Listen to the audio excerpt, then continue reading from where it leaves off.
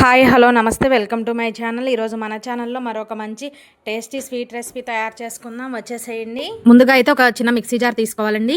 ఏదైనా సరే ఒక కప్పు కొలతగా పెట్టుకోవాలి. నేను ఇక్కడ ఈ కప్పు తీసుకున్నానండి. ఈ కప్పుతో ఒక అరకప్పు వరకు బొంబాయి రవ్వ వేసుకోవాలి.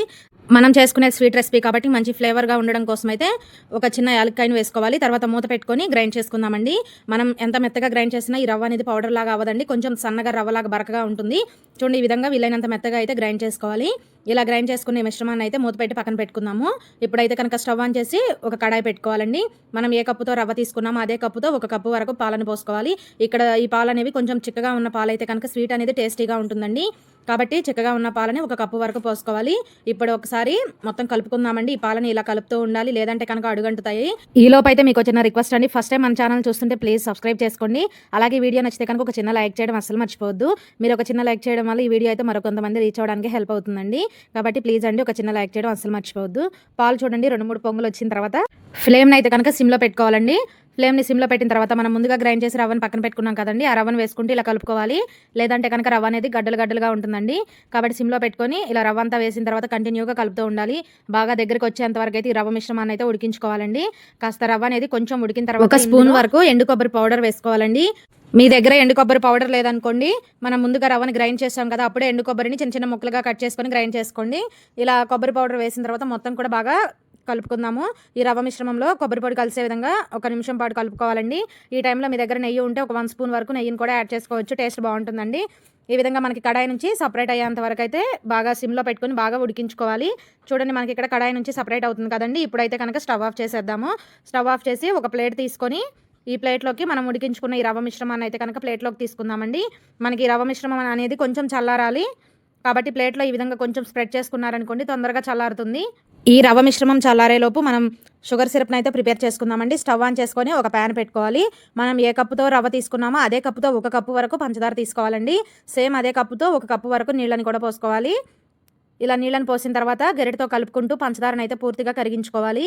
మనకి ఇక్కడ పాకం రావాల్సిన అవసరం లేదండి. పంచదార కరిగి ఒక 2-3 పొంగులు వచ్చేంత వరకు మరిగించుకుంటే సరిపోతుంది. చూడండి, ఈ విధంగా ఈ షుగర్ సిరప్ మరుగుతున్నప్పుడు ఇందులో ఒక 2-3 యాలకులను దంచి వేసుకోండి. మనం ఒకసారి చెక్ చేసుకుందామండి. వేళ్లతో పట్టుకుంటే మనకి కొంచెం జిగురుగా ఉంటే సరిపోతుందండి. మనకి మరీ తీగ పాకం రావాల్సిన అవసరం లేదు. ఇలా ఉన్నప్పుడు స్టవ్ ఆఫ్ చేసి మూత పెట్టి పక్కన పెట్టుకుందాము. ఇప్పుడు రవ్వ మిశ్రమాన్ని అయితే కనుక చూద్దామండి. కొంచెం గోరువెచ్చగా ఉంటుంది, మరీ పూర్తిగా చల్లారిపోకూడదండి. మనం చేతితో పట్టుకోగలిగే అంత వేడి ఉన్నప్పుడే ఒకసారి కలుపుకొని ఒక చిటికెడు వరకు వంట సోడా వేసుకోవాలి. ఇలా వంట సోడా వేసిన తర్వాత బాగా కలుపుకోవాలండి. మనకి ఈ రవ్వ మిశ్రమం అనేది బాగా సాఫ్ట్గా వచ్చేంత వరకు చపాతీ ముద్దలాగా అయితే కలుపుకోవాలి. చూడండి, ఇలా వీడియోలో చూపిస్తున్న విధంగా వేళ్లతో ప్రెస్ చేసుకుంటూ బాగా కలుపుకుంటే మనకి ఈ రవ్వ మిశ్రమం అనేది చాలా సాఫ్ట్గా వస్తుందండి. ఈ రవ్వ మిశ్రమం అనేది మీకు కొంచెం గట్టిగా ఉందనిపిస్తే బాగా కాచి చల్లార్చిన పాలని ఒక 2-3 స్పూన్ల వరకు వేసుకొని బాగా కలుపుకోవాలండి. ఇక్కడ మనకైతే కరెక్ట్గా సరిపోతుంది.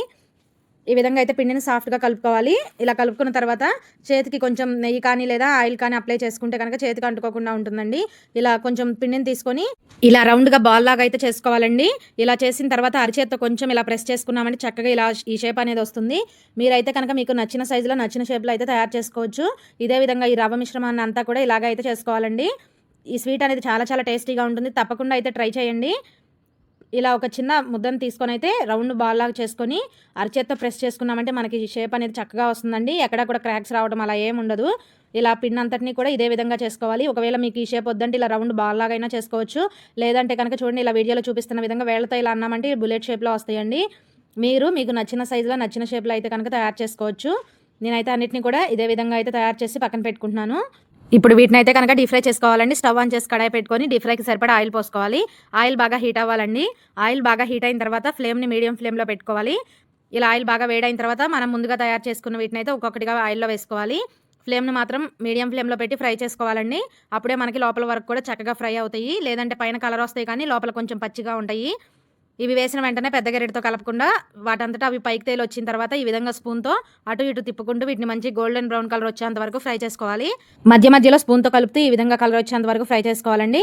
ఈ విధంగా మంచిగా కలర్ వచ్చిన తర్వాత వీటిని తీసి ఒక ప్లేట్లో అయితే పెట్టుకుందాము.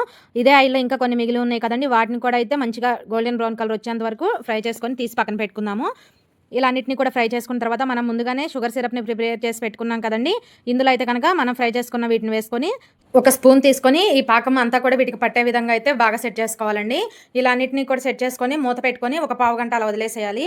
పావు గంట తర్వాత స్పూన్ తీసుకొని మరొక వైపుకి తిప్పుకోండి. ఇలా రెండు వైపులా తిప్పుకొని ఈ పాకంలో నానబెట్టడం వల్ల మనకి ఈ స్వీట్కి పాకం అనేది బాగా పడుతుందండి. స్వీట్ అనేది జ్యూసీగా టేస్టీగా ఉంటుంది. ఇలా అన్నిటిని కూడా రెండో వైపుకి తిప్పుకొని మరొక పావు గంట సేపు అలా పక్కన పెట్టేద్దాము. చూడండి ఇలా సెట్ చేసి మూత పెట్టుకొని పక్కన పెడదాము. ఒక పావు గంట తర్వాత చూడండి మనకి ఈ పాకం అనేది మొత్తం కూడా పీల్చేసుకొని ఈ విధంగా ఉందండి. టేస్టీగా ఉంటుంది, జ్యూసీగా ఉంటుందండి. తప్పకుండా ట్రై చేయండి. వీటిని ఏదైనా ఒక బాక్స్లో పెట్టుకొని ఒక 1 అవర్ ఫ్రిడ్జ్లో పెట్టామంటే చల్లగా కూడా తినొచ్చు.